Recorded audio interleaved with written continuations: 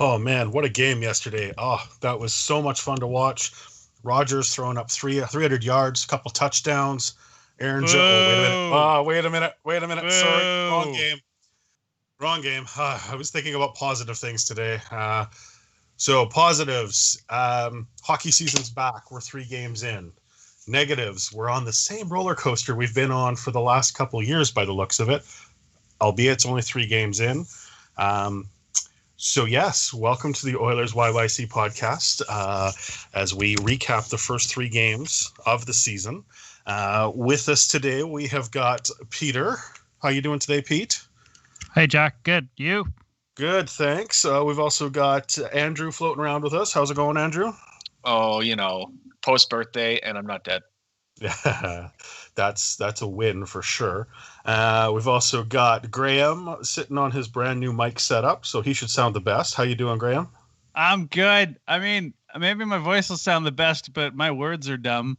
So, hey, you look the most professional, though. I have to say. It's sitting on my bed here watching football. It's a wonderfully curated ruse.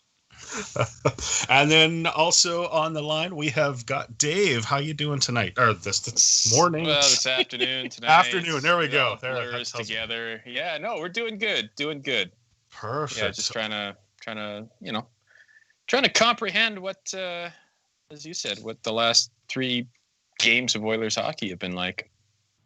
Yeah, it's been a bit of a roller coaster. I mean, we started out with that first game with Vancouver. And we saw our typical flat Oilers. We followed up by the second game where we had Angry Connor, which is always the best Connor.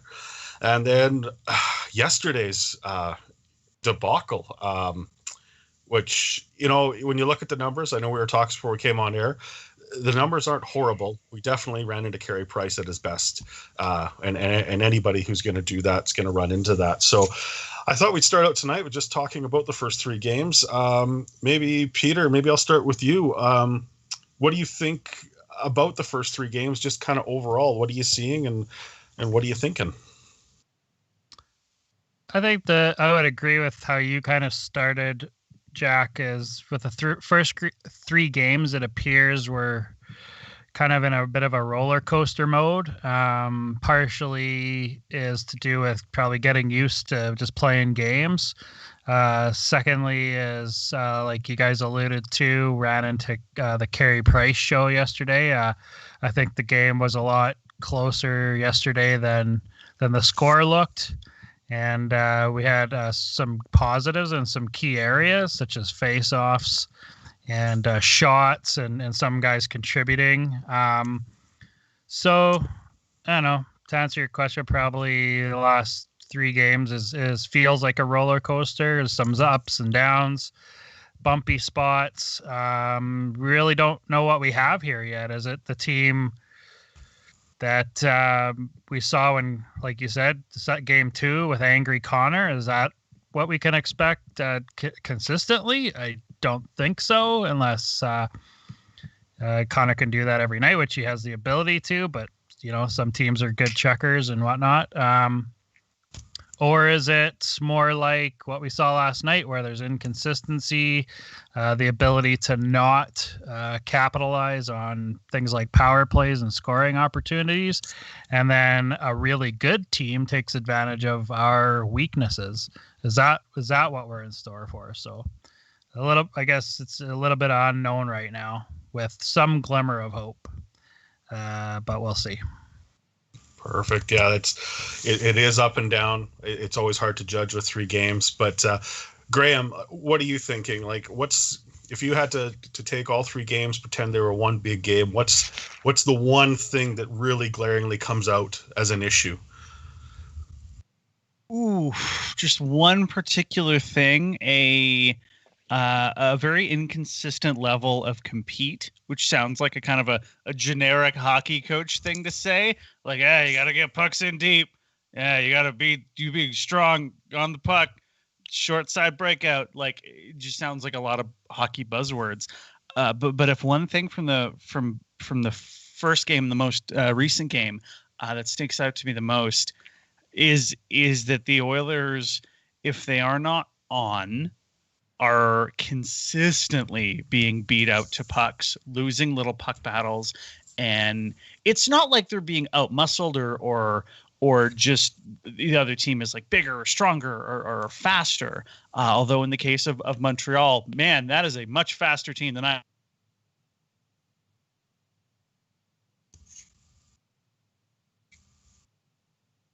Oh, I think we lost. I think Graham's mic went dead zone. Now you're in the well. Now Graham's in the well. Yeah. Graham, you've been sent to the well. Let us know what Timmy has to say. Yeah, he's working on it. I mean, I'll jump in there. You know, the thing that we always do here is we always look through the Oilers' lens when it comes to evaluating what happened in any given game or any given stretch of games. And, you know, without getting into what happened with the Vancouver games, last night, I think we have to acknowledge that the Habs were fantastic, top to bottom. That's one of the best. That's one of the best minute 1 to minute 60 games I've seen in a long time from any team, as far as maintaining just a frantic tempo and playing at just such a speed and a pace that hemmed the Oilers in. And Price was great too. I mean, I don't know if there are many teams in the league that can beat a Montreal Canadiens team playing like that, honestly. And that may feel like it's giving the Habs too much credit, but you know what? They were playing at that pace against Toronto as well in game one. So there's something there with that Montreal team. I don't know if it's sustainable throughout the 56 game condensed season, but sometimes you just have to give credit where credit's due. And I don't know if, barring a world-class performance top to bottom from the Oilers, I don't know that you were going to win that game last night. Yeah, that was a tough one. Graham's still working on his mic, which he doesn't have yet. He's making faces at us now. Yeah, I agree. Like Montreal last night, they were just on fire. Every time there was a loose puck, there seemed to be two red jerseys, a minimum of 2 red jerseys all over it, which was, you know, it was hard to watch as an Oilers fan, but as a hockey game, it was a good game overall. I think one of the things that's been coming up a lot lately is the goalie situation, but like Andrew, I'll throw this one to you. Do you honestly think Koskinen had a chance last night with the way Montreal was playing? I mean, you'd like to see 1 or 2 of those come back, but at the end of the day, do you think that would have actually changed the score or outcome of the game? I'm not sure it would have. I think that the key word here is preparedness. I think you saw, and the Montreal's, you're right, Dave. Montreal's shown this in its games so far. They're clearly prepared for the season, and I don't think the Oilers are. Right? You see the inconsistency and the lack of team defense, and it's just left Koskinen out to dry on several plays. It's really unfortunate that it seems the team wasn't prepared for the season, but to me that's kind of the key, is that the team has all the skill in the world and has shown flashes of it, of being a dominant team, but where is it from minute 1 to minute 60? And that's what you saw with Montreal and all the credit in the world to their coaching staff and the players for like, we're going to hit the ground running, because they just showed mid-season form, and it looks like we're still waiting for the preseason end. And you know what? It's Koskinen isn't Carey Price, but for people to say, well, Koskinen isn't the starter, it's like, it's not Koskinen's fault that they're down 2-1 in the first 3 games and getting shelled with and him getting shelled at a plus 4 goals against average. It'd be unfair to put it on him. I think the team just needs to play better. And I don't know if that's, like the conditioning, like it looked like in the first game, being a big factor, or just the team not being ready to go against a prepared team. And I do think that game last night should have been like a 5-3 or 5-4 loss, but we deserved to lose that game last night. And we're going to lose way more than we're going to win in the first 20 games if we can't figure it out. Oh, are we okay? Is Graham back? There we go. Graham, you're back. Oh my God. This is the fun of running a new mic system for the first time. So all those things you said, I agree with every single one. Probably. Thanks, Graham. I Unless appreciate you- you being the glue that hold us together. Look, unless you said something like utterly insane, like Stuart Skinner should have been playing, like we're fine. I'm gonna raise my hand there. I do think that given the goalie situation and given the condensed schedule, if you're going into the last 20 minutes down 4-0, you don't have fans at home, so that changes the equation a little bit too. It's not like people are paying customers to be in the rink and watch you lose. I think there was a real argument to put in Skinner for the last 20 and rest Koskinen, because the risk of, can you imagine what would happen if Koskinen gets hurt in the back period of that game? Oh yeah, disaster. Unnecessarily. That game at that point is a blowout. There's very little hope, given how the opposition is playing, that you will be able to get back into it. You're seeing them in 48 hours. You are precarious with your goalies to begin with, so any injury risk is just magnified. And you might need Skinner down the road, so use the period to get him some shots against an NHL team. I guess we kind of need to see what he is, right? I think that at that point, when you're down 4 going into the third, just give Koskinen the break. There's no reason for him to play at that point. Honestly, I would have put Skinner in.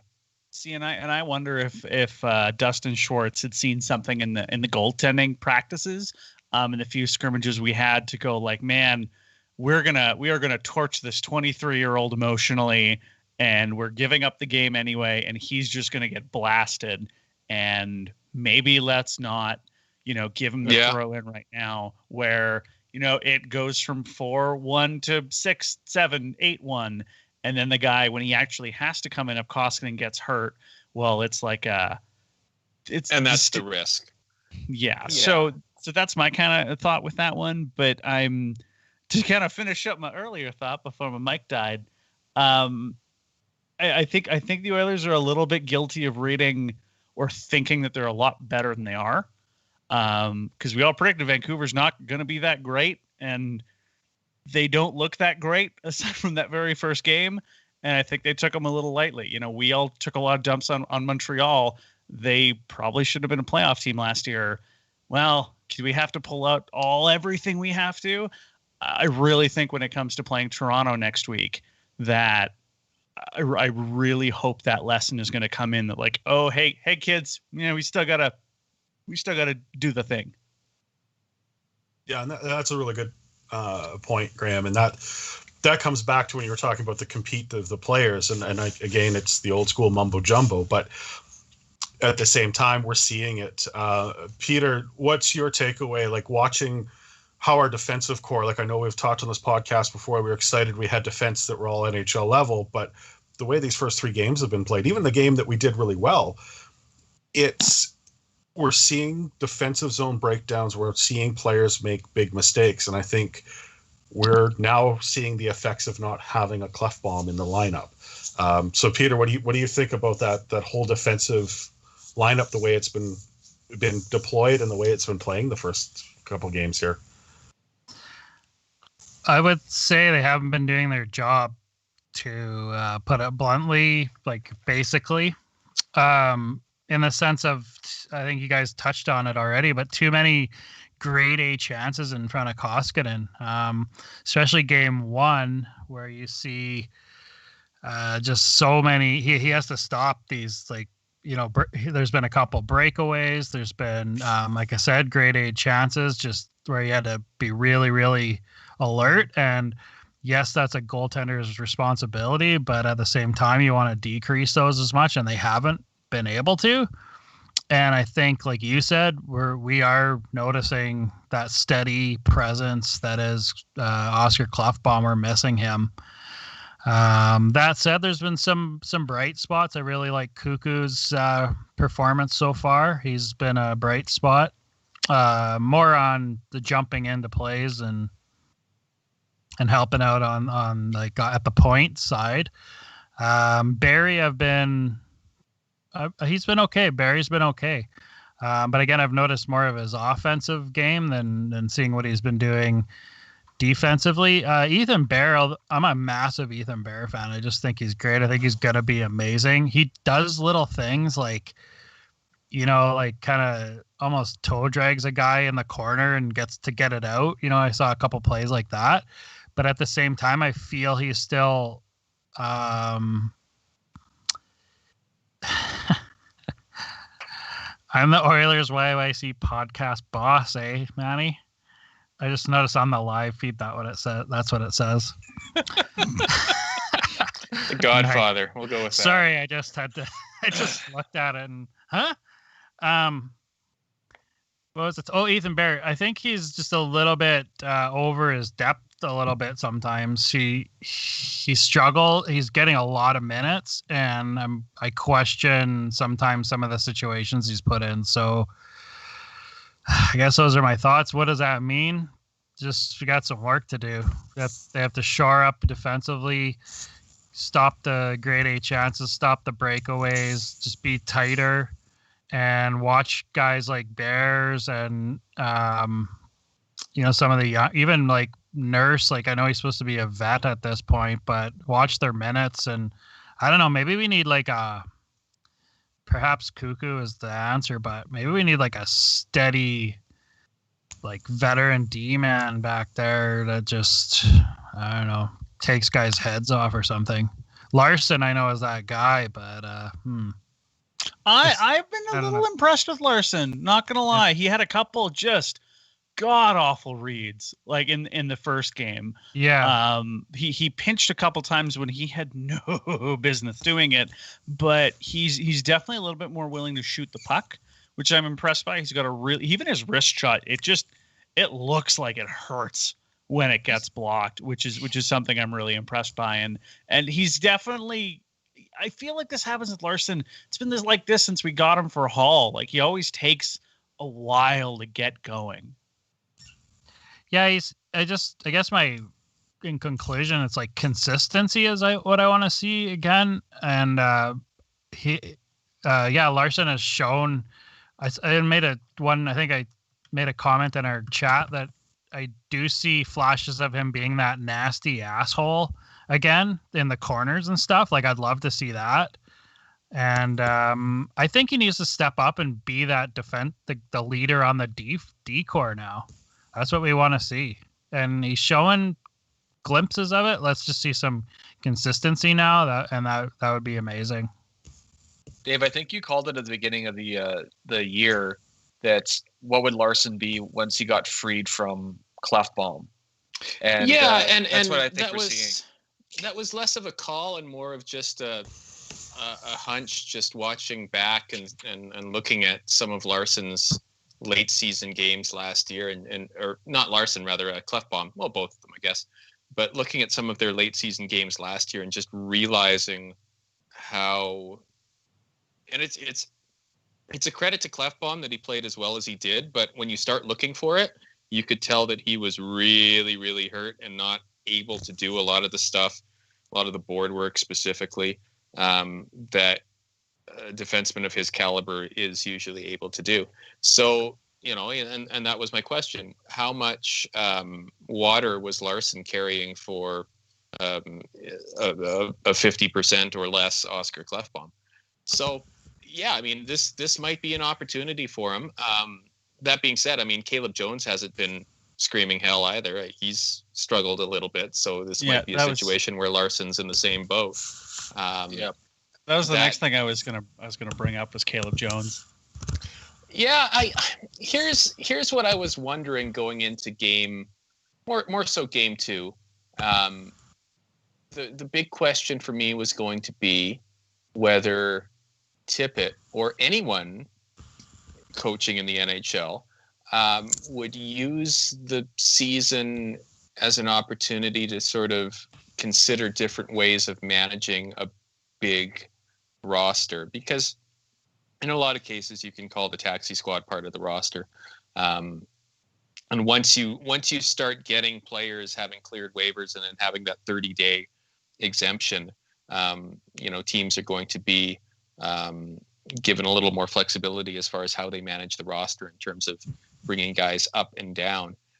And I was really wondering if we would see in the second game Tippett swap out defense pairings, just wholesale swaps of having a couple guys sit and bringing in a completely new pairing, and basically running a roster with 8 defensemen rotating in and out game to game as opposed to 6, or maybe doing the same thing with the bottom 6, or even just the bottom line on the forward core, just to give guys a little more game time and a little more rest in this very bizarre season. And I guess it's not a surprise to me, but they've got their main 12, their main 6, their main goalie, and unless someone is being punished, no one comes out of the lineup, because it's still an embedded part of hockey culture that a healthy scratch is seen as a punishment as opposed to rest, or just being tactical with the players you have on the roster. And I would have sat Jones and brought in Lagesson or Bouchard. And that might happen in the next Montreal game, honestly, but it might not, because it might be seen as a punishment, or you've quote unquote fallen out of favor with the coaching staff, where it would be nice if the NHL was a little more progressive in their thinking and actually use this as an opportunity to rest. Yeah, I feel like you watch the NBA and you watch what some of the smart coaches do there in interesting circumstances, and it feels like there's a real conservatism and a reluctance to try new things. And if there was ever a season to do it, this would be it. So, is Caleb Jones going to get healthy scratched? Probably not, honestly. I think they've marked him in the roster with pen. Should he though? Yeah, probably. Probably wouldn't hurt him to sit for a couple games. Let Lagesson play. The thing I wonder about Caleb Jones, though, and this is more of like I was kind of sitting down yesterday after the game and sketching out like possible defensive pairings, because I'm a very cool person with very cool interests. It's a pandemic, you're forgiven. And I'm starting to wonder if the Oilers are, if Caleb Jones's kind of weaknesses are being shown because of the not the quality of the player, but the construction of the defense. You look at every single player, with the exception of Adam Larsson on the defense right now, is either very willing to go pinch on an offensive play, is really willing to go kind of move the puck. There's not a lot of defensive type defensemen, with the exception of Adam Larsson. So is Caleb Jones kind of in this spot of not having enough experience to know when to hang back, while also, his partner is willing to do that. And you almost wonder if it's, as much as I hate to say this, when you have someone like Koekkoek, who we're learning really quick is so willing to go jump up into a play, Barrie willing to go, Nurse is willing to go, do you almost have to bring in a guy like Chris Russell to play with someone like Jones so he can focus on that part of the game and kind of ease off some of the defensive stuff? I'm wondering if there's almost too much puck moving in the Oilers defense as it's made up right now. I think one of the biggest things we're also seeing is this is 3 games into regular season. We haven't had a chance for a preseason where these guys get a chance to play each other, work those systems out. Totally. You can work them out as West. You can do what you can in training camp with, inter-squad type games. But until you're in the real deal, I think a lot of this is a little bit of, let's be honest. Caleb Jones is 23. Ethan Bear is 23. Darnell Nurse is 25. There's a bit of nerves. There's a sense of trying to show what you can do because you're trying to build on last year, where you get someone that's has been a bit more established, like an Adam Larsson. It's more of a, like you said, it takes him a while to get going. Well, he's coming out and trying to build his game back up without making too many mistakes, which we saw in the first game, and I'm not arguing that at all. These other guys, they're trying to figure it out. And to speak to what you had said, Dave, about switching people out right away, it might be a little early for that. I wouldn't be shocked if there's plans in places for that, but 3 games into the season where you're trying to get a defensive core or forward pairings to kind of gel together with no playing time up to this point, I think too many changes too fast might be just as detrimental as leaving them in too long. And I don't know if 3 games is too long yet. If we're talking about this at 13 games, there's a problem. We got a problem. Well, and I'll say this: I have no real concerns about the Oilers at this point. I really don't, and I think this was an expectation that we're seeing play out across the league. The hockey is really sloppy. This is a league without a preseason. This is games 1, 2, and 3 for a lot of teams and a lot of players who are either working with new coaches or working with different teammates or are just trying to get back up to game speed and get their brains back into hockey mode, which for some teams it's been 10 months, right? It's exactly what I would have expected as far as what we're seeing from the Oilers D core. Kind of sloppy might even be too strong of a word. Kind of just ramshackle play in their own end. Just exexecution isn't crisp. They're half a beat off. It's They're very half a incoherent. step off. Yeah. The tape to tape passes aren't there. They're just a little in front, a little behind. And I mean, again, I mentioned this earlier. We use everything. We focus on everything through the Oilers lens. This is happening around the league. Yeah, like there is a lot of really bad, sloppy hockey getting played in 31 rinks across this league. And any sort of panic or broad conclusions, to be more specific, about what's happening with the Oilers, I don't even know if we're at the point where we can get there yet. The other thing to bring up about last night's game too is that if that game is officiated properly, we were not having this conversation. There were at least 3 or 4 moments where I was gobsmacked that there were not penalties called against the Habs. So they were getting away with a lot too, and that the tenor of the game changes completely if the officiating is a little more consistent. So I think there are valid concerns to have about the Oilers D right now, especially given the youth and the relative lack of experience there. But it's hard for me to differentiate between what is the sort of baseline level of sloppiness that we would have expected from the start of the year and a real acute problem that needs to be fixed. And to your point, Jack, we might just have to wait. Yeah, and wait and see is horrible for Oilers fans because we've been waiting and seeing forever. So I appreciate that. It's frustrating when you're watching the games and you see like complete breakdowns where first game you've got a wide open offensive player on the other side of the ice with 4 Oilers around the other player, and it turns into a goal. Yeah. And then you see on Twitter they're lighting up Koskinen, and it's like, that wasn't Koskinen's fault. I mean, he got completely let out to dry. You'd like to see him make the odd saves, but the goalies are in the same boat. They haven't seen NHL time, so we're literally watching preseason hockey. One of the things I noticed too, and I'll bounce it off the group, is that there were moments where it felt like communication on ice was not happening. Yeah, there were a couple of pucks that skittered through the crease where Koskinen didn't know where it was, you watch the replay and I'm thinking the defenseman who has the puck or the defenseman who sees the puck, they got to speak up. They got to yell like you're in an empty barn. You can hear. Like there were a couple of moments where that lack of communication was as a television viewer kind of noticeable.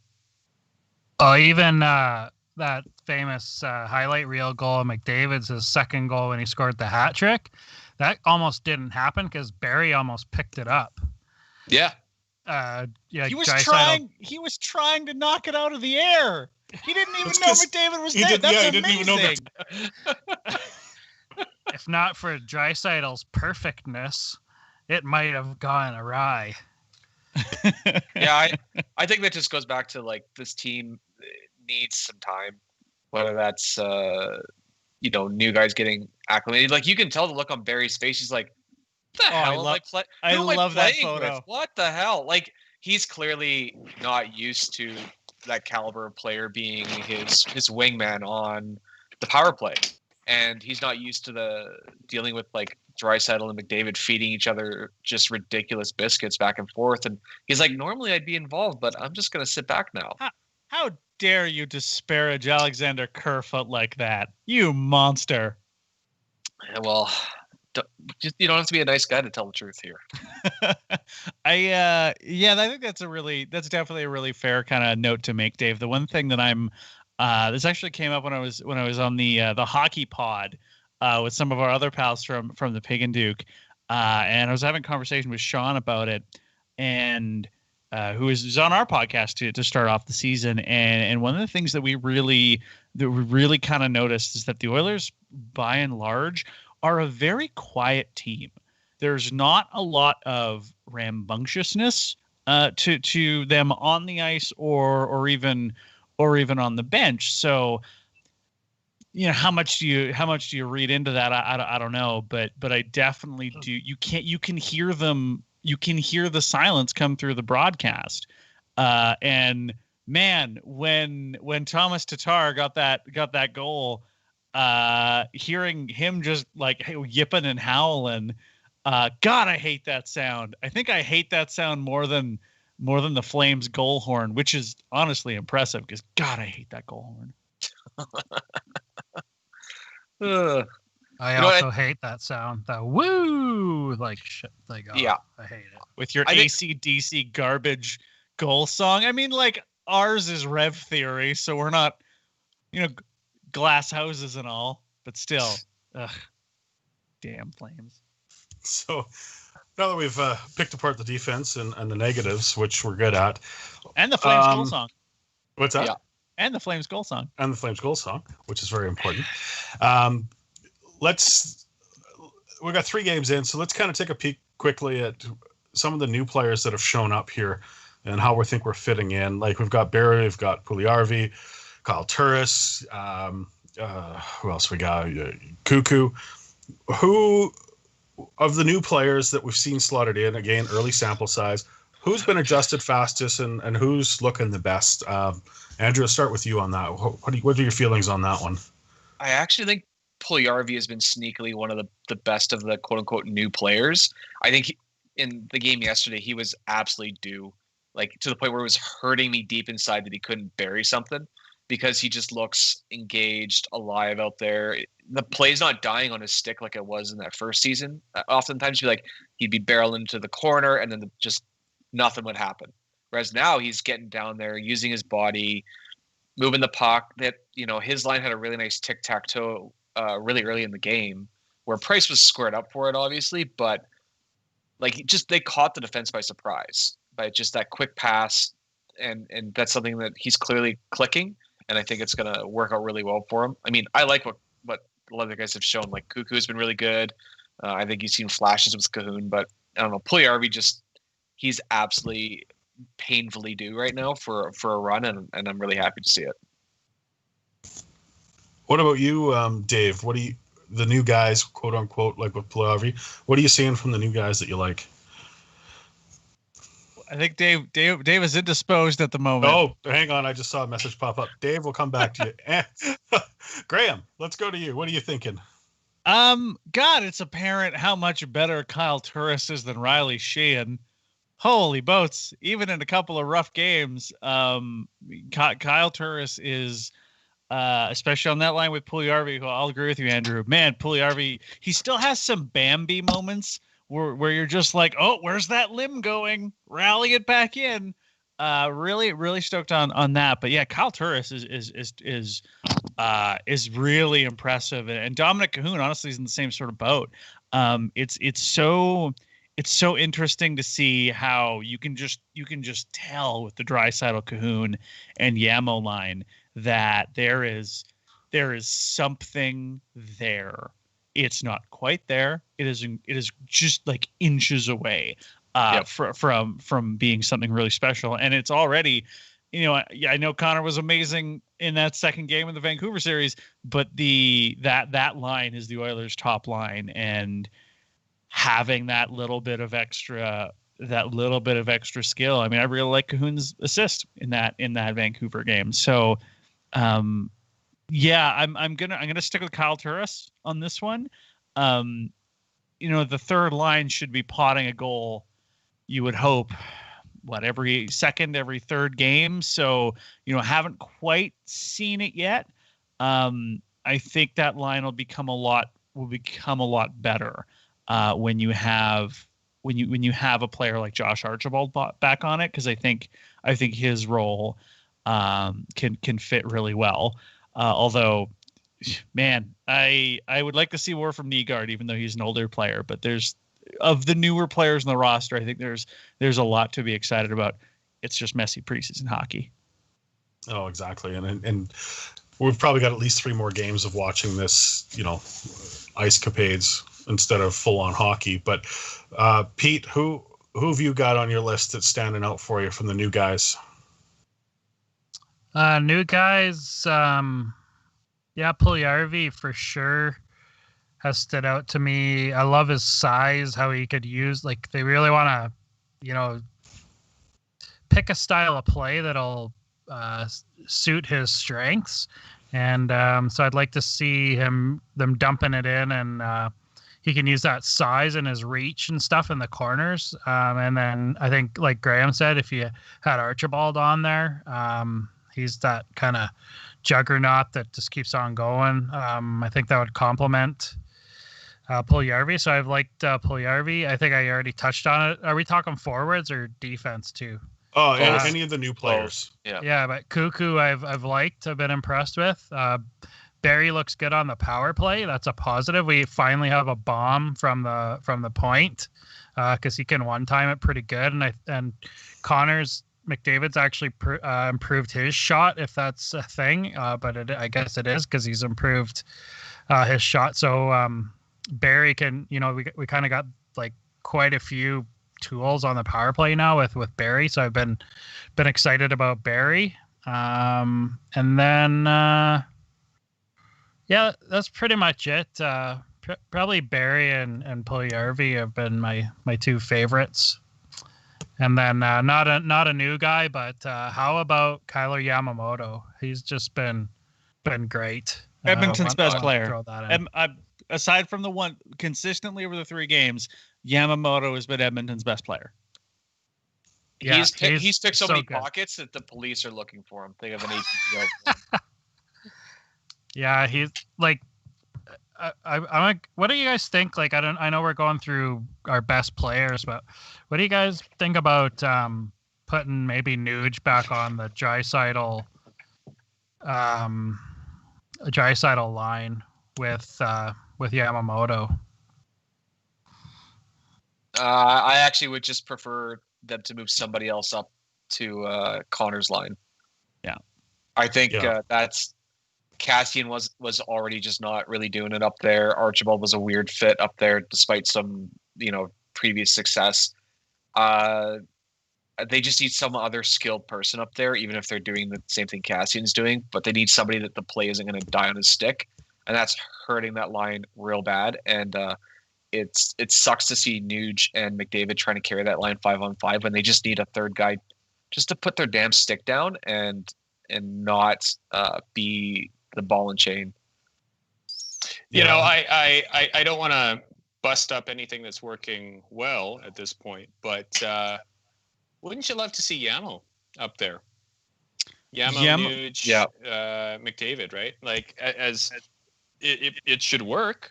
There's no reason why it wouldn't work. Obviously, there would need to be some odd circumstances for you to be willing to break up the Draisaitl line. But as if you're going to throw players in the line blender, I mean, that would be my first choice, as something just out of curiosity that I'd want to see. That's one thing I was a little disappointed we didn't see at the end of last game. Let's throw Kahun and Yamamoto up with McDavid for a little bit. Dry, Nuge, and Puljujärvi. Let's see how that can go. Although with the obvious one is why didn't 29 and 97 play together, even strength? I don't want to say it. For me, no. You take so much away from the rest of the team. But once you do that, if you're down 3 and you're at that moment where you just need a spark, if you need something, I mean, I understand the rationale in not doing it, but I am surprised that they didn't go to that well at some point during the game. Maybe just the goals were going in so fast that, you know, you didn't really have time to think about it and sort of recalibrate your lines. But I'm surprised that wasn't on the table last night. Yeah, and it might be, again, it might just be back to that early in the season. Like you talk about healthy scratching someone is seen as a punishment. Well, getting taken off Draisaitl's line and missing a shift or two could be seen the same way, where you're trying to get these guys to gel. I think I'd like to leave that second line alone just because of how well that's clicking, and really start to find pieces for that top line, because based on the first game, a couple games, Kassian's as much as we all kind of like Kassian and what he brings, he's not a first line guy. He can't sit up there. He just can't keep up anymore. We're seeing a lot of speed issues with the guys in that range. Watching Chason on the ice right now is like watching somebody skate. Like it's like watching Div 7, that one slow guy that can't keep up in men's league, because I've seen him take 6 or 7 strides and everybody's gone, but he's still trying to wind up, and it's hard to watch. He looks like Lucic. He looks like Milan Lucic without the anger. McDavid kicking him off. McDavid kicking him off the power play and then going on to score a goal pretty much summarizes my feelings for Chason right now. I thought that was Caleb Jones he booted off. That was Jones. Yeah. Was it Jones? It was really funny because you could tell like Caleb Jones is ready to go, and then you just see the angry point. It's like we've got the zone. Let's get the right players. That was still an amazing moment. That was an amazing moment either way. But Chason's just been a complete liability, and if anyone needs to sit, it's him. Get somebody younger with some legs under them. I know they've got Chason in there because of his past success with the power play, but the power plays that he's been on this year, he's not generating the same that he was before. I don't even think his puck recovery is the way it was before. I'd rather see Neal when he's good to go back in the lineup. If we're looking at a pure power play fill spot with some minutes eaten, I'd much rather see James Neal out there. I can't believe I'm saying this. I think the Oilers really miss James Neal. They do. What a weird sentence. They missed pre-February last year James Neal. Yeah, that's what they're missing right now. And I think that's like when we're talking about the makeup of the team. I think the things that need to be fixed in my mind are that first line. We need something on the right that's going to be more consistent. The way Puljujärvi's playing, that right now, that could be his position to lose. Man, I don't know if I think I would want to leave Puljujärvi there until he is comfortable and acclimated with Turris. Oh, I'm not saying that line before we move him up. But remember, I think he's playing for that position right now. In his head, he probably not is. sitting up there. I think he's playing for that position. And I'm fine with that. Pointing out that's where he ended up at the end of the game, right? Yep. Like that's where the blender, the roulette wheel landed. It put Puljujärvi next to Nuge and McDavid. So I think that's the long-term play. It's just how fast do you want to get there? Yeah, and I don't think it's something that should happen tomorrow, but you need to fit someone in that first line that's not a liability up there all the time. And I think Kassian is a big liability based on the first 2 games that we saw him up there. And we'll see how he comes back and gets another couple of games under his belt. But it was an awful lot of just inside the zone. If it got anywhere near Kassian's stick, it was gone. And it was turned around going the other way. He wasn't even getting the pucks out of the corners. Like it was. No. It was Vic. That's your only job. Stand in front of the net or get a puck out of the corner if McDavid's not anywhere near it. And he couldn't do either of those things. And don't carry the puck into the zone. For the love of God, don't carry the puck into the zone. I mean, you talk about Chason being behind the play. Kassian has been behind the play the entire time too. Like probably even more noticeably than Chason. Like at least Chason is playing like a fourth liner, whereas Kassian's like you're supposed to be a top 6 guy, and you're playing like Leadfoot Lucic was before he got chased out of town. It's I'm not gonna beat him to death with that, but no, we need someone on the right side. we have a couple players we're still waiting to see come back up in the lineup. I mean, Gaetan Haas hasn't shown up yet. Nygaard's had one whole game, so I mean, I like he's got to come Nygaard. up to speed. Oh no, he did. I liked him yesterday. He was I don't think he was could horrible. move. But I think if he comes up to speed, we could get the player we had last year. That's great. I mean, Gaetan Haas had a great season last year. He's another player we're waiting on to show up. And, you know, there's some speed elements to the game that we're missing. And that might be part of why we ran into a problem with Montreal when it looked like they were so much quicker. I mean, the one player I wanted to bring up specifically to see everyone's point or view on it is where do we see Junjon Kara? Do you see him on this lineup for the rest of the game? No. For the rest of the season, I should say? He's terrible. Yeah. Like, he's a guy I want to like. I really do. He's just killing that bottom line. That the fourth line is barely AHL replacement level at the moment. Like, the fourth line is horrendous.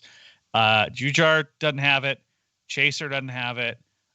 Shore's okay. Shore's had a couple of like little sniffs, which I've been all right with, but I really wonder if just Kara. I think the Oilers were hoping Kara was going to get claimed, to be totally honest with you, and when it didn't happen, you kind of have to function as is. I will. Kara is turning in for me what Chris Russell was 2.5 years ago. Well, you probably want your your fourth line to be Neil, Haas, and Chase on maybe or something like that, right? Like or Nygaard. Ryan McLeod. Yeah. I want to see. McLeod. I've ever since last year in the preseason, I was like, oh man, there's a player there, and I was really delighted to see that him make the quote unquote the roster, because I think that's, if you got nothing going with your fourth line, stick him at center with Nygaard and Shore, and just see what happens. That's not a slow line. It's not a slow line. I think with Kara, the thing that just drives me nuts is that you can see that the physical tools are there, and you can see that in certain game states, like killing a penalty, where he's focused and he's able to sort of maintain his focus on what he's doing, he can be a very useful player. I think what happens is that at 5-on-5, there are moments where he mentally just vanishes, and he kind of loses focus, loses track of what he's doing. He gets watching as opposed to participating. And that's not going to do it in the NHL. It's the tools are there, and maybe with a different coach, maybe with a different room, I don't know. He's someone who can still have a passable NHL career, but the mental mistakes are they're too common. They happen too often, and I don't know if we're at the point where it's salvageable, or if you have to cut bait and see if someone else can take his place. I mean, the signing of Shore to a contract was as much of a direct threat as to his job as any, and I think that over the next couple of weeks we'll see that he's played himself off the lineup. That's why I wonder if at 10 games the bottom six looks radically different. Like to Jack's point, feels like eons ago, they're giving everyone like 10 games. You got 10 games to show that you have something, or we're going to bring in, this whole other crew that we signed and give them a shot. And that's kind of what it feels like. They're giving Kara a chance. They're giving him enough rope to either make something of it, or you're off the cliff and somebody else will come in and take your spot. I think that's already happened. So in this metaphor, is he rappelling down the cliff with said rope? Yeah, see if he can hit the bottom. Okay. Go visit Timmy in the well. He is. There it goes. Call back. I did want to say one kind of non-on ice thing that I think's been tremendously positive so far. holy Hannah, I knew Cam Moon was good. Like I've listened to him a lot through I used to work at a radio station in Red Deer. I drove up there. I listened to a lot of Rebels games on the radio, and man, Cam Moon is a fantastic broadcaster. And I am real excited to hear more of his games. And Jack just sounds great on TV. Him and Louie have some great chemistry. But man, I'm happy for Cam Moon as a dude from Edmonton, who so far in his one game, damn that man sounds good on the radio, and that's really really great. And there were people saying when Rod first left that Cam should have been the guy. I believe he was shortlisted for it, but they gave the gig to Jack. I mean, what a way for everything to sort of work out positively for everybody involved, with the exception of the guys who aren't doing it anymore. Cam's play-by-play call is great. Jack on TV translates really well. It's still a radio call on TV, but that being said, it's a good call. Jack has a style and a vocabulary that is just, it's excellent. It's the way he can describe and call a game is really top notch. I think it's improved significantly since he got the gig. But I would say that right now, if we have Jack and Louie doing those games for the foreseeable future, I think we've got one of the best broadcast pairs in the league, honestly. I will say I do kind of miss on the Oilers radio network. I miss that a little bit. Not going to lie. It's dumb and I love it. Sooner or later, he's going to let that slip. Come on now. It's got to happen. I wonder, especially when he's doing the bits with Stauffer in between periods. Like, he's going to slip up. I wonder if that's a bit that he just started doing like early on and then kind of realized it was dumb, but had to keep doing it because that became his thing, like it or not. Dude, that's when I was still on the radio in the Death Cab for Cutie song, when they get to land at Bangkok or Calgary, I'd turn on the microphone like while the song was playing on the radio and just go, woo! And I did that for 3 years. And I did it once as a joke and I never stopped. All right, let's get to the elephant in the room. What are we doing about goaltenders? I know Koskinen's can't play all 56 games, and unfortunately Mike Smith has ended up on LTIR, so we're down him for another 23 days, I should say. So we've seen some interesting things happen where we lost Forsberg to waivers, which was very unfortunate, especially for Carolina not to even need him at the end of the day. To going out and getting I'm going to pronounce it wrong now. Somebody bail me out. Grosnick from LA, which poses some issues because of quarantining due to our friend COVID, to Dell showing up today on the waivers out of Toronto. So let's start with you, Dave. What's your take on this little merry-go-round we've got? Well, it's a mess. It's an absolute mess, Jack. That's my take. Okay, thanks, Dave. Moving on to Graham. No, just kidding. I'm going to keep this short and sweet. It's just a mess. This is something that I believe I brought up on this very podcast even before we were in COVID times. This was something that was a problem with the organization dating back to last year's trade deadline, as far as not having a third goalie in the system. I was stunned that Ken Holland would make these moves and go out and get Athanasiou and go out and get Mike Green and prep for that big long playoff run with zero insurance in case one of your goalies or both of your goalies went down, which was kind of a likely occurrence if you've got a goalie who's 37, 38 years old, like Mike Smith. So, I mean, it never came to pass that became an issue in the bubble playoffs with Stuart Skinner having to be called into service. But that was a risk. That was an unnecessary risk that Holland took on. So, fine. We get to the start of this season.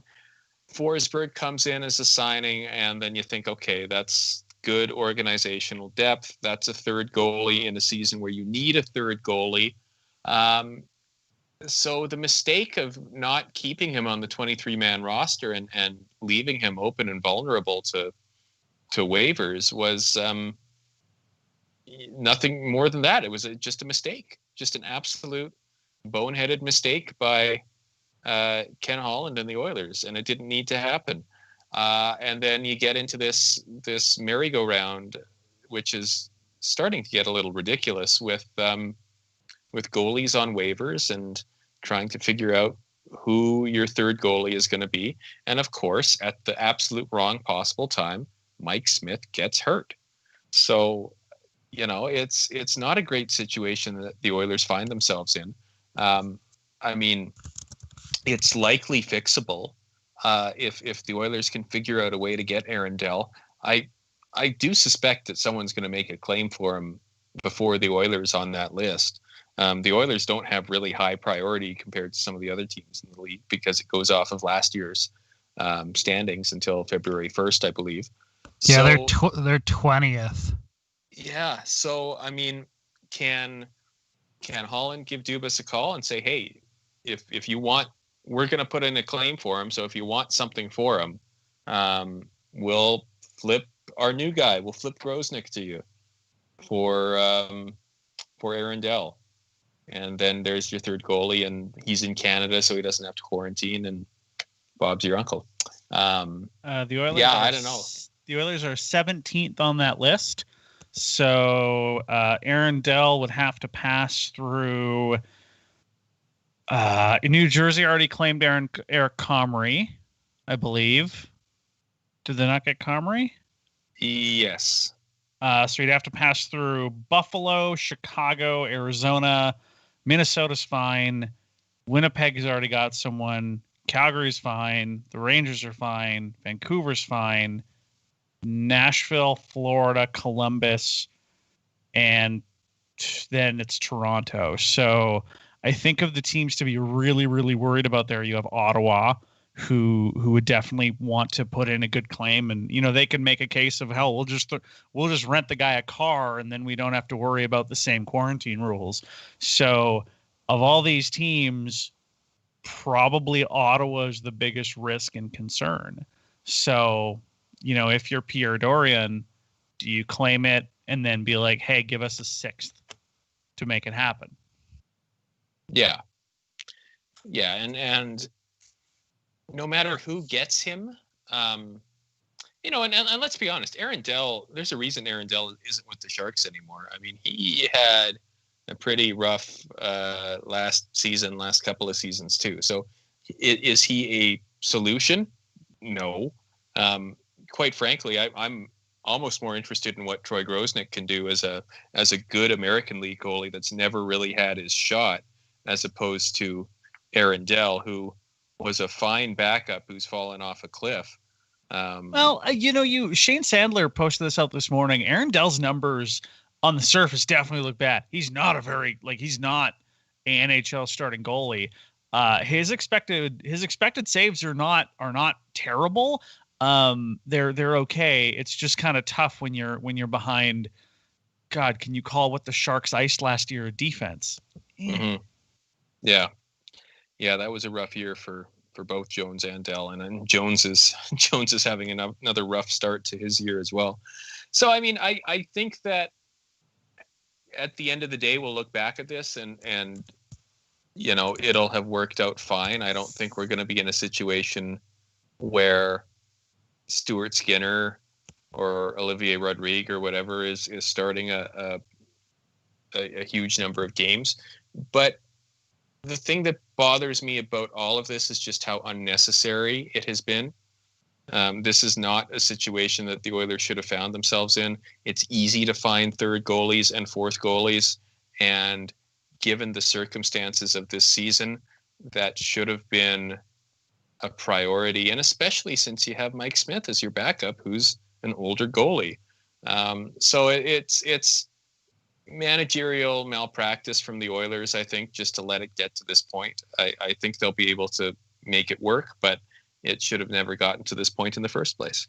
it definitely kind of feels like Kenny Holland put a little bit, like just a few too many eggs in the Markstrom basket.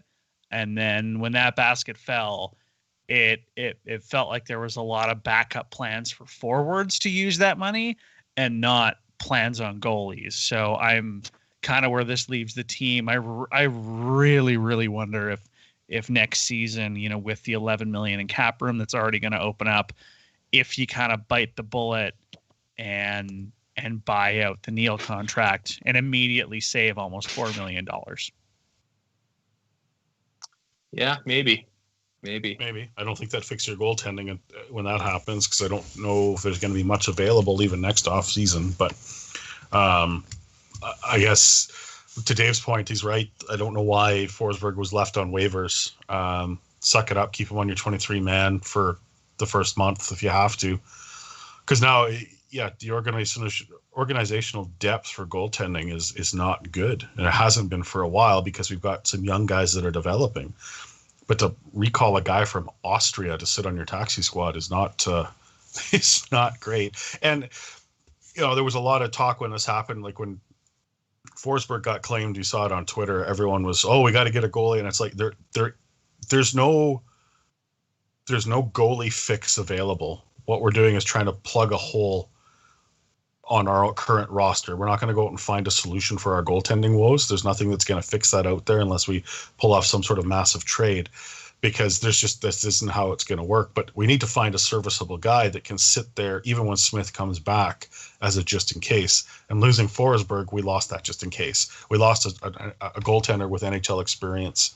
And if we can pick it up in Dell, that's better than we're sitting right now, because I'd hate to throw Skinner to the Wolves at any point in this season if we didn't have to.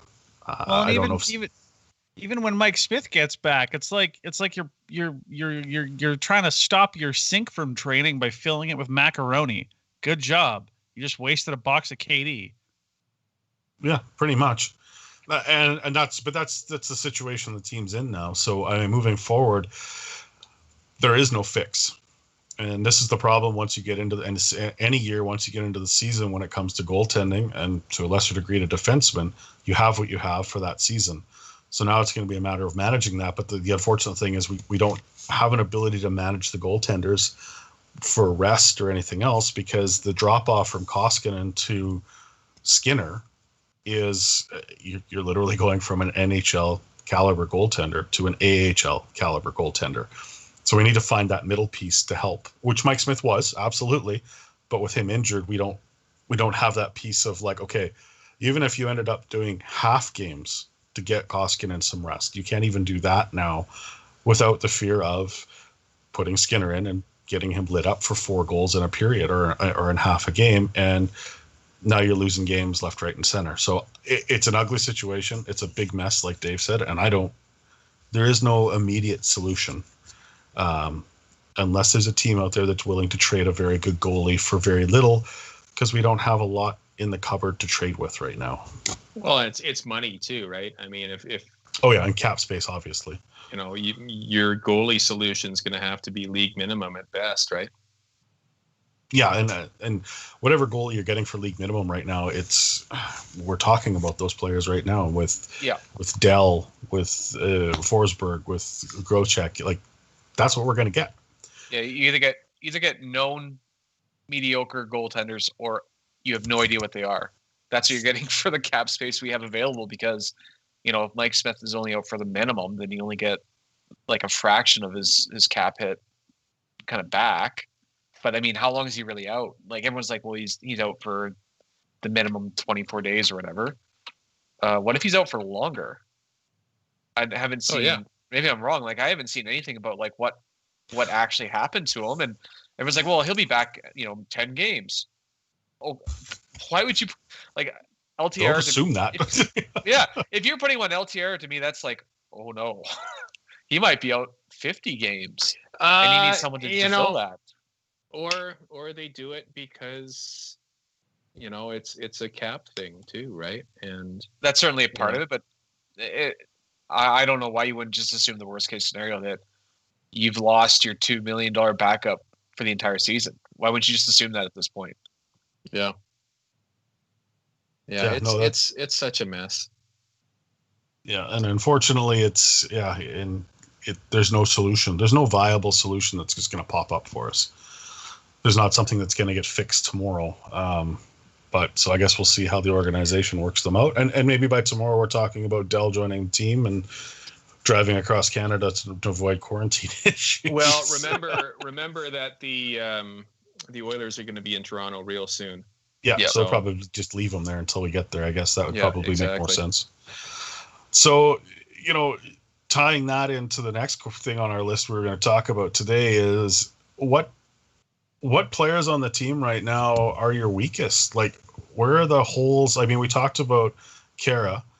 What are you seeing, like, with the way the games have gone in the first three? We know there's been some defensive breakdowns that have led to some poor decisions and some bad goals. We've seen some utterly amazing chances around the opposing net not get buried. What's the weak link here that you think player wise?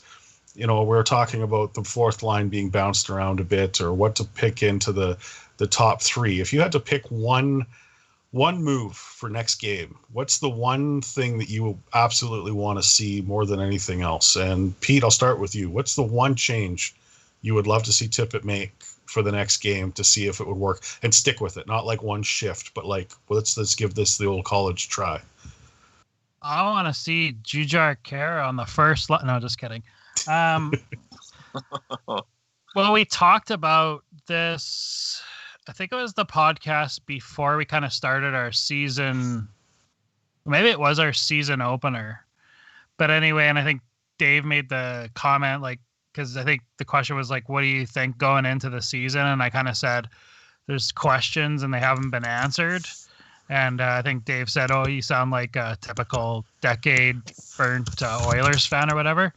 But we still haven't answered the question of that first line winger for McDavid and Nuge. It's still unanswered. Like, it's still Cassian. That's the answer. So what I want to see is, like, we already talked about it, but I think we should put Puljujärvi up there.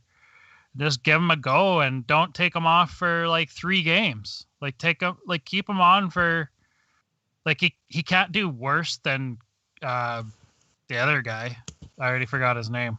That's asking Cassian. Man, that's asking so much of a dude who, it's so interesting. Like, you see, Dave, you pointed out in our group thread that every single Oilers player is talking about Jesse Puljujärvi like they are his coach. Like, it is a team effort to get this dude up to speed. Yeah, it's almost infantilizing in a way. Like, here's this big kid, this child from Finland that we're all taking care of, like he's a lost puppy that wandered into the locker room, and we have to, a lost Great Dane. Yeah, exactly. Then I would just say though, like, then pick someone if it's not Puljujärvi. Like, pick your guy and keep him up there for a bit. But it can't be Cassian. I guess that's to answer Jack's original question. Sorry, guys, to interrupt. Yes, he is like a puppy.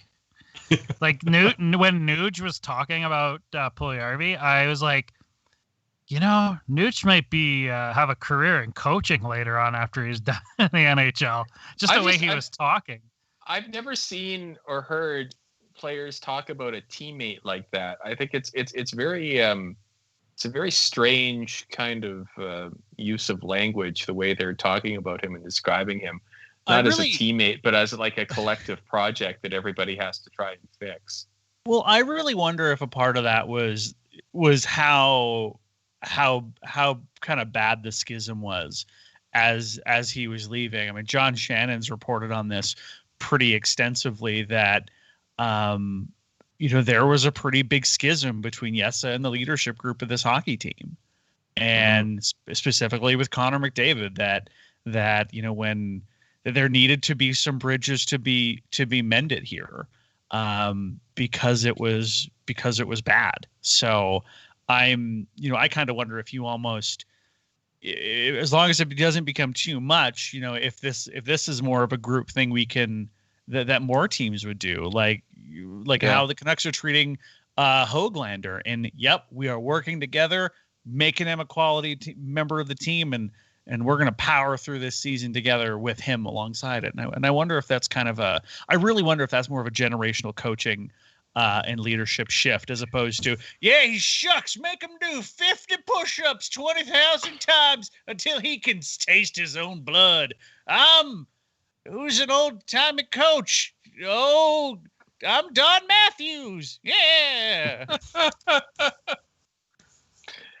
I mean, look, and that's a whole part of this that we haven't really gotten to yet, is that the fact that the Oilers and the organization managed to repair the relationship with Puljujarvi, which was dead and gone when last season got underway, is nothing short of remarkable. I don't think any of us would have put money on the idea that we'd be talking here at the start of this season, pandemic or not, I guess, but at any point, and that we'd be talking about Jesse Puljujarvi being back in the locker room and first line duty, et cetera, et cetera, et cetera. Like, he was gone. He was written off. And, the level of patience that organization showed in not making a quick decision, and maybe they couldn't, maybe no one wanted him, which makes the rehabilitation. You're not wrong.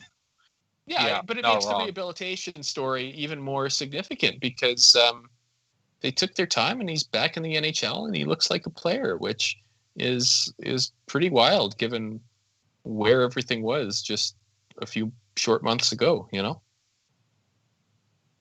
Quick aside in here, with Pete having to take off at 3, do you want to do final thoughts, then call it here?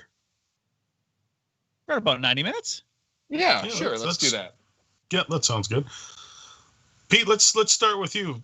We've got 3 games coming up over the next 5 days. We've got Montreal here at home tomorrow, and then we're on the road Wednesday and Friday in Toronto. What are you hoping to see? How do you think this is going to turn out? And where's your head at for this next stretch of 3 games? I'm obviously hoping to see us go 3-0 next couple games here. I'd love to see. Imagine if we beat Toronto twice, the world would blow up, or North America would, or something. But we'd make Left Coast Leafs so mad. God, they'd hate us. It'd be so worth it. Oh yeah. I'm expecting to see obviously a better effort against Montreal on Monday. I think it'll be closer, and maybe we get to see angry McDavid. But if not, I think it'll just be closer. And I'll say we'll see a win against Montreal on Monday, and then I bet you they split the Toronto games again, which is not ideal because you don't want to win one, lose one, win one, lose one. Like, you want to go on a run, right? So when do we get to go on a run?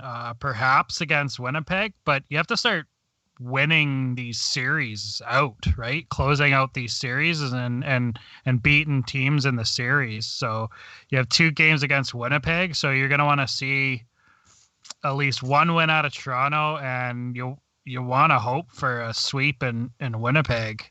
But we'll have podcasts before then to talk about that. But yeah, we got to have, I guess, consistency. You want to see get out of preseason mode, get some consistency, get a string of wins together, and close out the Montreal for sure. Close out the Montreal series with a win tomorrow. Is it? Are we already at must-win games here? It's a shortened season, might not be too far from the truth. So yeah, that's what I would have to say about that. And I'll say bye now because I got to go in a minute. So thanks for having me, guys. Bye, Pete. Thanks, Pete. Take care. We'll talk to you soon. Andrew, your final thoughts. The 3 games that are coming up, and where you hoping we are, but where do you think we're going to be? I think in the same way as Pete. I think I would like to see them take 2 or 3. They need some momentum going into, well, for one thing, the first real road trip. So winning against Montreal, I think, is important. And I just want some consistency, whether that's, with the quarantine of both Neal and Haas being done, getting them into the lineup, seeing if they can inject a bit of difference in the bottom six, especially a guy like Haas with his speed and everything would be super helpful instead of chase on. They have to show up. They have to show up tomorrow, and they have to show up on the 20th. Otherwise, it's going to be a rough ride, because I think what we're seeing is this division is not that different in terms of skill, and they got to get out of this weird, we're still kind of in preseason mode mindset and play a good team game. So if they can play a good team game, I think they can turn the month around and be in a good spot.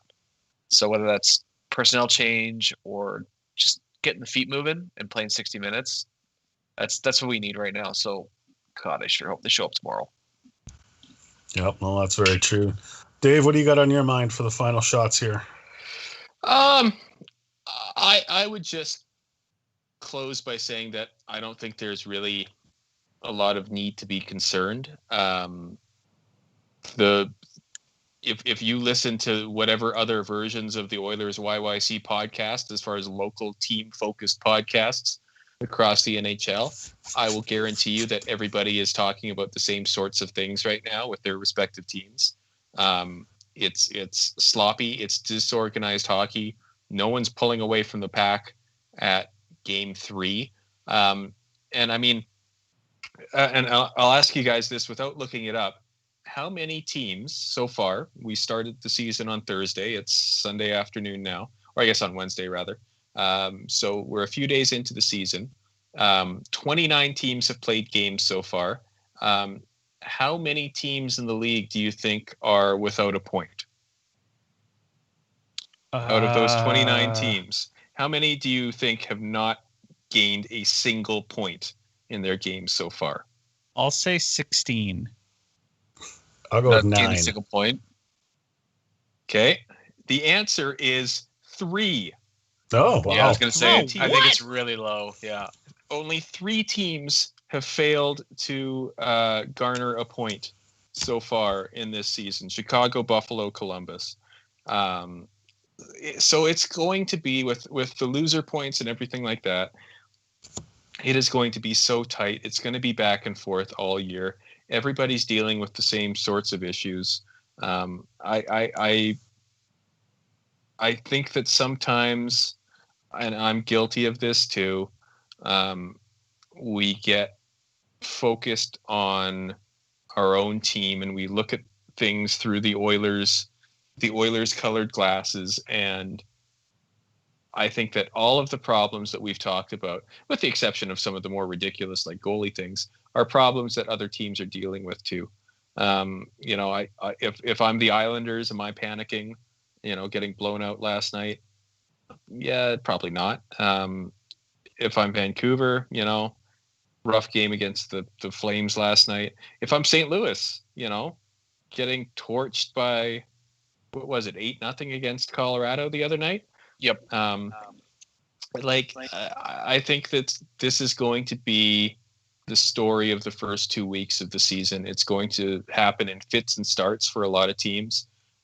You're going to have brilliant games bookended by mediocre games. And it's going to take a little bit for the league as a whole to sort of gel as far as the quality of the play on the ice and the consistency from each individual team. And I think the Oilers are part of that too. So am I concerned about what I've seen? Not really, because I think game 2 gave us an indication of what the Oilers can do when everything is kind of working as well as it should. And I think this is going to be a dogfight to the very, very final week of the season. So buckle up, because it's going to be insane. Yeah, I agree with you too there, Dave. Like, I've got some stuff that I'm watching in the games that I'm worried about, but it's not panic worried. It's just like, come on, guys, we got to tighten this up.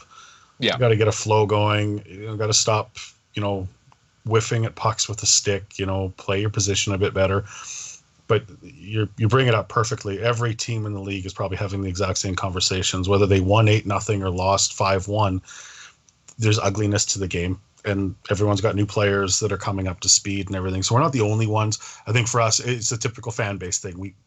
We're so into the zone watching these games that we start to see every little mistake. Mm-hmm. We see an Ethan Bear not get the puck out 3 times in a row. We start to see that stuff, and it gnaws at us because it's like, why can't you figure this out? It's 3 games in, we should be winning, and we're not, and that's fine. It'll come together. I would like to see if we go one more game with the lineup that we have, and the defense is still having the struggles, I'd like to see Chris Russell come back in, whether that's Bear that goes out or Jones that goes out. I'd like to see one or two of those guys sit and see Russell go back in. Can't believe I'm shaking my head in agreement. What happened to me? Where did I go? I don't think Russell was ever as bad a player as a lot of people tried to say he was. He's not worth $4 million. He's not worth the contract. That's not what I'm getting at. Is he worth $4 million? Sean Horkoff disease, where he had the curse of signing a big contract, and then everyone got mad at him for not being a $6 million player or whatever. And it's like, well, it's not his fault that they backed up a truck of money to his house. Like, what's he going to do, right? Yeah. So is he worth the money? No, he's not. But is he a good, serviceable third-line defenseman in the NHL who can go up to the number 2 line when needed and kill penalties? Absolutely. Does Bear or Caleb Jones have that ability right now? I don't think so. I'm not saying they're not bad and they're not going to work out, but they don't bring to the table what Russell can some games, and I think that's been missing in the first few games. That's where I'm going with that. Yeah, and honestly, and we forget about this because I think we have wanted to forget about all of that, what happened in the bubble, but he was one of the Oilers' best players in the bubble, Chris Russell. No, and it stings. He was really good. Yeah. So I won't argue the contract. I agree. We should never have given him what we did, but we did, and we're stuck with him. So let's use him as a serviceable player instead of relying on a 23-year-old that should probably sit for a couple games just to see what's going on around him. So that's my takeaway. If we're going to stick with the lineup they've got and it's not working, I'd like to see some of those changes start to happen so that we can maybe put something together. And this is to Andrew's point. We need to put games together. Not one and dones. We need to get into the end of the month and start putting more games, W's on the board than losses, which is such a cliche thing to say. But anyway, the worst thing to say, but it's 100% true. I agree. Like, Chris Russell should probably come back in. You know exactly what you get out of him, and there's a reason why, for better or for worse, he's like the shot block king. Yeah, he has trouble getting the puck out, but guy gets in front of a ton of pucks, and he's the guy I want getting in front of a Shea Weber shot, for better or for worse, not Caleb Jones. Because at least, Chris Russell, he'll take it, for one, and he's already a depth guy, so let him take it. And I'm not saying he should get hurt, but let him take the shot, let him eat it. I don't know, it sounds like you're trying to have Chris Russell murdered in the night. No, if I wanted that, I would tell him to do it without his pads on. So, that's my face first into it. Graham, what have you got percolating in that little mind of yours? Okay. I haven't lost any weight. I've gotten fatter. It's fine. I would really, if Chris Russell's coming back, I also want to see Evan Bouchard, because I think those two players balance off each other really well. Evan Bouchard can move the puck, can get it out of the zone. Chris Russell's very bad at that, and Chris Russell can stop the puck when it's in the zone. So I would be very much a fan of that. I think it is probably time to give Caleb Jones a quick little sit down and potentially move someone to their off wing. I'm not sure if I'm ready to say we got to bring Koekkoek out. I like him a lot. I don't know if I'm ready to let Ethan Bear come out of the lineup, because I think at times he's Edmonton's best defenseman. But I would very, very, very much like to see a little bit more life in that defensive core. Ventral presence, I don't think, is a bad thing. And give me some Ryan McLeod. That dude is fast. You watch him; he's around the puck. Let him go. Get Alex Chase on off the ice, and I think what Davis said is incredibly accurate. There's a lot of podcasts that are freaking out right now because we're 3 games in, but we're 3 games in. Edmonton is still, I believe, one of the premier teams in this division, with a very glaring weakness in goal that hopefully we can sort out with some other roster changes. So the sky's not falling. It's not teetering. It's leaning. It's not falling for the Oilers. It might be falling for your Chiefs right now, though, Graham. What? I haven't been watching. Oh, Mahone just Oh. got removed from the game It's for Chad concussion Henne time, protocol. baby. Oh, that's fine. That's fine. I'm not freaking out. Also, I was recording the game. Fuck all of you. God damn it. Oh, you should have opened with that because we're going to tell you a whole bunch of stuff now. No. Okay, wait. Too late. Okay, we'll be fine. There's still the Browns. And they're wearing Fine, orange you're fine. pants. Fuck you, you color confused goobers. All right. Well, on that wonderful description. So, yeah, I guess for us, we've got 3 games over the next 5 games. They're going to be a little telling because we're theoretically running into who's been fairly universally picked as the best team to come out of this division with Toronto. So we'll see where that ends up. We'll see how the coaching staff handles the personnel and see where that goes. So on behalf of all the rest of us here, it should be a good week of hockey. We've got 3 games and 5 nights, and we're going to see what our little Oilers can do against the big bad, what we used to call the East, which is now the North Division. And just for Dave, I'm not going to use what it's called because I don't like it.